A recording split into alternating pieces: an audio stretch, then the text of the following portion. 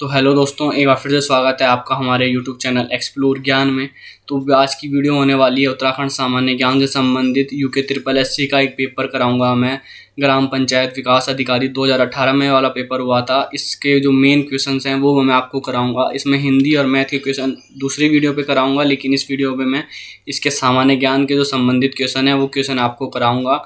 तो ये जो वीडियो होने वाली है उन स्टूडेंट के लिए फ़ायदेमंद होने वाली है जिन्होंने अभी उत्तराखंड यूके ट्रिपल एससी के लेखपाल, सर्वे लेखपाल, इनके जो फॉर्म आए थे बीच में 746 वो फॉर्म भरे हुए हैं, तथा जो अन्य फॉर्म भरे हुए हैं उनके लिए वीडियो काफ़ी फ़ायदेमंद होने वाली है। तो दोस्तों, उम्मीद करता हूँ वीडियो आपको अच्छी लगेगी, और अगर वीडियो अच्छी लगी, इस वीडियो में जैसा रिस्पॉन्स आएगा उस हिसाब से हम इसका पार्ट 2 निकालेंगे, जिसमें मैं इसी पेपर के मैथ, रीजनिंग और हिंदी के क्वेश्चन सॉल्व कराऊँगा। तो दोस्तों, वीडियो को अगर आपको अच्छी लगे तो वीडियो को ज़्यादा से ज़्यादा लाइक करना। तो दोस्तों चलिए करते हैं वीडियो को शुरू। तो सबसे पहला सवाल है हमारे पास, ग्राम पंचायत सदस्यों की योग्यता भारतीय संविधान के किस अनुच्छेद में वर्णित है? तो इसका राइट आंसर जो है दोस्तों वो है अनुच्छेद 243 F में ये योग्यता वर्णित है। और इसमें कहा गया है कि जो योग्यता एक MLA बनने के लिए हमें चाहिए वही योग्यता हमें पंचायत का मेंबर बनने के लिए भी चाहिए। लेकिन इसमें एक बिग डिफरेंस है दोस्तों। उसमें कहा गया है ये कि जो MLA का मिनिमम एज होती है वो 25 साल होती है, लेकिन एक पंचायत मेंबर बनने के लिए हमारे पास मिनिमम एज अगर हमारी 21 साल है तो हम एलिजिबल हैं पंचायत का मेंबर बनने के लिए। तो दोस्तों ये याद रखने लायक चीज़ है इसमें। और इसके बाद अब चलते हैं दूसरे सवाल की तरफ।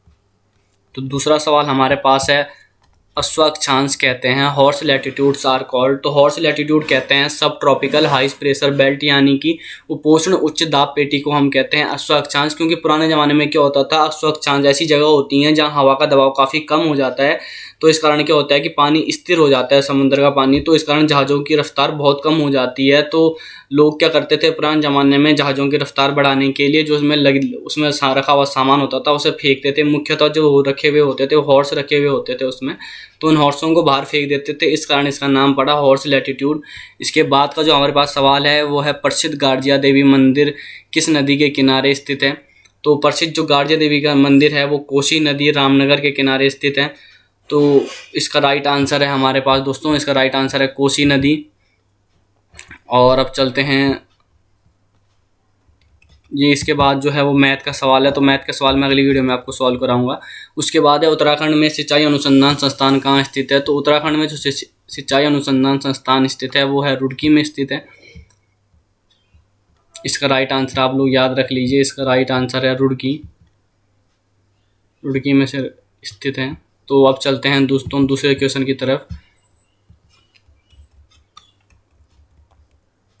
निम्न में से छत्रशिला पाई जाती है, एक सेकंड ये पीछे वाला हटा दूंगा। निम्न में से छत्रशिला पाई जाती है, तो मशरूम को हिंदी में बोलते हैं छत्रशिला।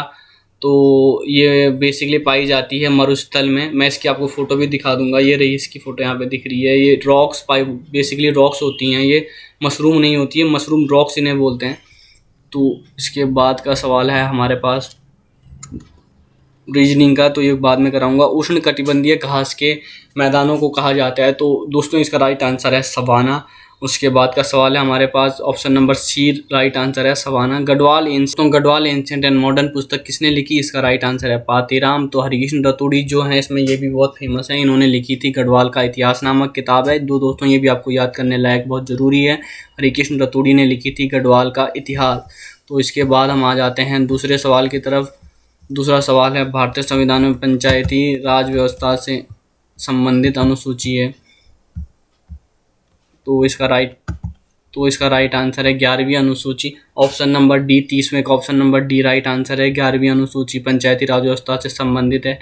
उसके बाद है, भारतीय स्वतंत्रता संग्राम के दौरान निम्नलिखित में से किसने इस बात पर जोर दिया था कि ग्राम पंचायतों को मजबूत बनाने के लिए आर्थिक व राजनीतिक शक्ति का विकेंद्रीकरण होना चाहिए? महात्मा गांधी। इसका राइट आंसर है 31वें का ऑप्शन नंबर डी हमारे पास राइट आंसर है महात्मा गांधी। क्योंकि महात्मा गांधी चाहते थे कि भारत का जो है, भारत गाँव में बसता है, तो इसलिए सबसे पहले भारत को सशक्त करना है तो हमें गाँव में आर्थिक व राजनीतिक शक्ति का विकास करना होगा। तो इसका राइट आंसर है डी महात्मा गांधी। अगले सवाल पे चलते हैं। ये तो रीजनिंग का सवाल है। इससे अगली वीडियो पे मोहन उप्रेती हैं। मोहन उप्रेती जी जो हैं वो एक प्रसिद्ध सुप्रसिद्ध रंगकर्मी और निर्देशक हैं। इसका 33वें का राइट आंसर है option number C, famous stage worker and director. उसके बाद आ जाता है राज्य निर्वाचन आयोग का गठन भारत के संविधान के किस अनुच्छेद द्वारा किया गया है? तो इसका राइट आंसर है आर्टिकल 243 के तहत इसका निर्माण किया गया है। इसका राइट आंसर है 34वें का ऑप्शन नंबर बी, अनुच्छेद 243 के द्वारा इसका निर्माण किया गया है। अब आ जाते हैं इसके बाद 35वें सवाल पे। ये काफ़ी मेन सवाल है। धुआंधार जलप्रपात स्थित है, तो धुआंधार जलप्रपात स्थित है नर्मदा नदी में। नर्मदा नदी में स्थित है। नर्मदा नदी है मध्य प्रदेश में धुआंधार जलप्रपात स्थित है। ये काफ़ी मेन इंपॉर्टेंट क्वेश्चन है क्योंकि ये काफ़ी बार उत्तराखंड के यूके ट्रिपल एससी के पेपरों में आ चुका है।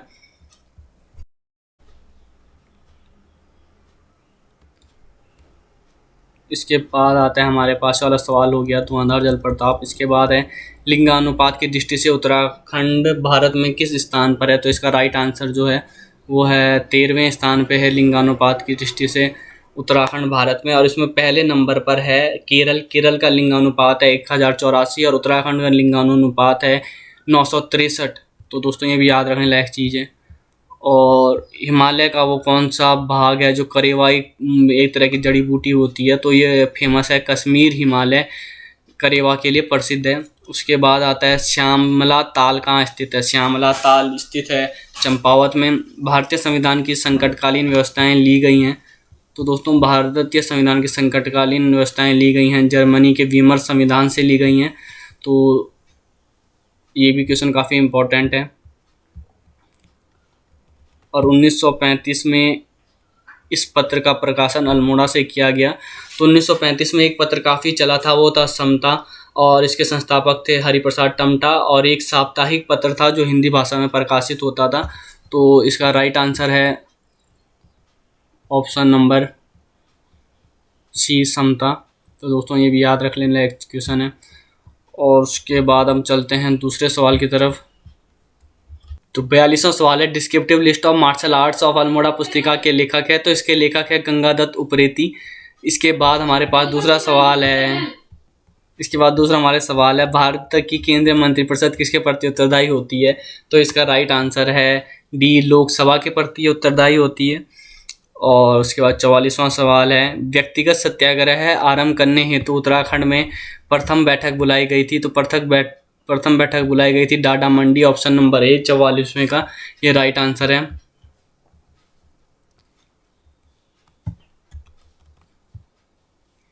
जुआरी नाम है, तो जुआरी नाम जो है वो है एक रिवर का नाम है। तो इस पे मैं लगा देता हूँ, एक बॉक्स बना देता हूँ। जुआरी नाम है, एक नदी का नाम है, ये याद रखने लायक चीज़ है। तो अब चलते हैं दूसरे सवाल की तरफ। नुगटंग देवी की पूजा की जाती है, तो ये की जाती है रंग समुदाय में। इसका राइट आंसर है ऑप्शन नंबर ए, रंग समुदाय में नुगटंग देवी की पूजा की जाती है। अब चलते हैं दूसरे सवाल की तरफ। भारत में राष्ट्रीय विकास परिषद की स्थापना कब हुई थी? तो इसका राइट आंसर है 1952 में इसकी स्थापना की गई थी। भारत में राष्ट्रीय विकास परिषद की स्थापना, ये क्वेश्चन भी कई बार पूछा जा चुका है। भोटिया जनजाति के लोकगीत हैं, तो इसमें ऑप्शन है तुवेरा, बाजियो, तिमली। तो बेसिकली तिमली है ये काफ़ी फेमस भोटिया जनजाति का लोकगीत है, इसे आपको याद रखने की ज़रूरत है। और बाकी जो ये तुवेरा और ये बाजियो हैं ये भी भोटिया जनजाति के लोकगीत हैं। तो इसका राइट आंसर है उपयुक्त सभी, इसमें आंसर है 48वें का उपयुक्त सभी। और अब चलते हैं सौजन्या 9 दिन पहले ही, तो इसका राइट ये रीजनिंग का है, इसमें अगली वीडियो में कवर अप करेंगे।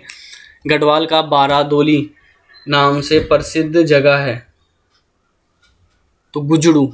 गढ़वाल का बारदोली जो सत्याग्रह आपको पता ही है कब हुआ रहा होगा। तो गढ़वाल का वर्ष 2011 की जनगणना के अनुसार जनसंख्या घनत्व के संबंध में उत्तराखंड का स्थान है। तो इसमें ऑप्शन है 26वां स्थान है जनसंख्या घनत्व। मैं अभी भूल रहा हूँ कि उत्तराखंड का जनसंख्या घनत्व कितना है, लेकिन मैं आपको बता दूंगा डिस्क्रिप्शन बॉक्स में कि कितना है उत्तराखंड का जनसंख्या घनत्व देख के। तो अब चलते हैं दूसरे सवाल की तरफ। निम्नलिखित में से कौन सा एक सही सुमेलित नहीं है? तो इसका जो राइट आंसर है वो है ऑप्शन नंबर बी, विष्णुप्रयाग परियोजना जो है वो सही सुमेलित नहीं है। रुद्रप्रयाग में नहीं है विष्णुप्रयाग परियोजना, चमोली जनपद में स्थित है। तो लोहारी नागपाल परियोजना उत्तरकाशी में स्थित है, सप्तेश्वर योजना पिथौरागढ़ में, और मनेरी भाली है उत्तरकाशी में। बाकी ये तीनों के तीनों सही हैं। अब आया गुप्त वंश का संस्थापक था। गुप्त वंश का जो संस्थापक था वो था, गुप्त वंश का संस्थापक कौन था? तो गुप्त वंश का संस्थापक था श्रीगुप्त, इसका संस्थापक था। वास्तविक संस्थापक श्रीगुप्त था। अर्जुन पुरस्कार से सम्मानित खिलाड़ी हरिदत्त कापड़ी किस खेल से संबंधित हैं? तो इसका राइट आंसर है बास्केटबॉल से संबंधित है हरिदत्त कापड़ी। ये काफ़ी फेमस प्लेयर हैं उत्तराखंड में, हरिदत्त कापड़ी। इस क्वेश्चन भी काफ़ी बार यूके SSC ने अपने पेपरों में पूछा है। हरिदत्त कापड़ी ये अर्जुन पुरस्कार से सम्मानित हुए हैं। अभी हाल ही में इन्हें अर्जुन पुरस्कार मिला है। अब चलते हैं, भारत में न्यूनतम मजदूरी अधिनियम पारित हुआ।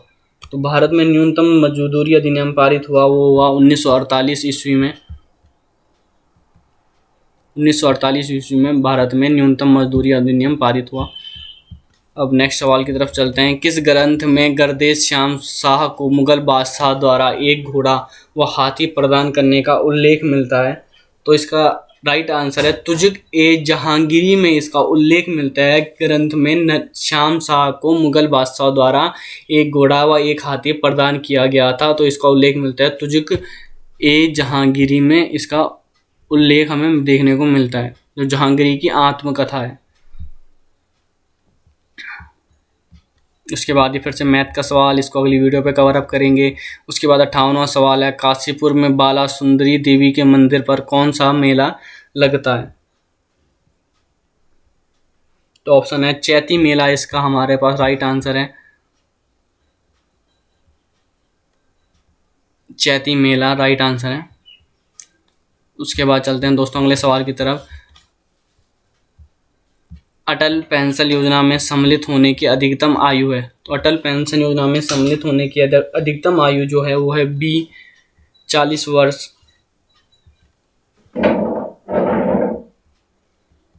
40 वर्ष इसका राइट आंसर है। तो चलते हैं दूसरे सवाल की तरफ, 60वां और आज का लास्ट सवाल जो हमारे पास है। मार्च 2016 को अंतर्राष्ट्रीय पैराग्लाइडिंग प्रतियोगिता का आयोजन निम्न में से किस स्थान पे हुआ था? तो इसका राइट आंसर है पिथौरागढ़, क्योंकि पिथौरागढ़ काफ़ी फेमस जगह है। तो दोस्तों आप मुझे कमेंट करके ये बताएं कि आपने इनमें से कितने सवालों का सही जवाब दे दिया था। और दोस्तों अगर आपको वीडियो अच्छी लगे तो वीडियो को कमेंट करें और ज़्यादा से ज़्यादा लाइक करें, ताकि मैं इसकी दूसरी सीरीज ला सकूँ जिसमें मैं मैथ और रीजनिंग के क्वेश्चन आपको सॉल्व करा सकूँ। तो धन्यवाद दोस्तों वीडियो को देखने के लिए।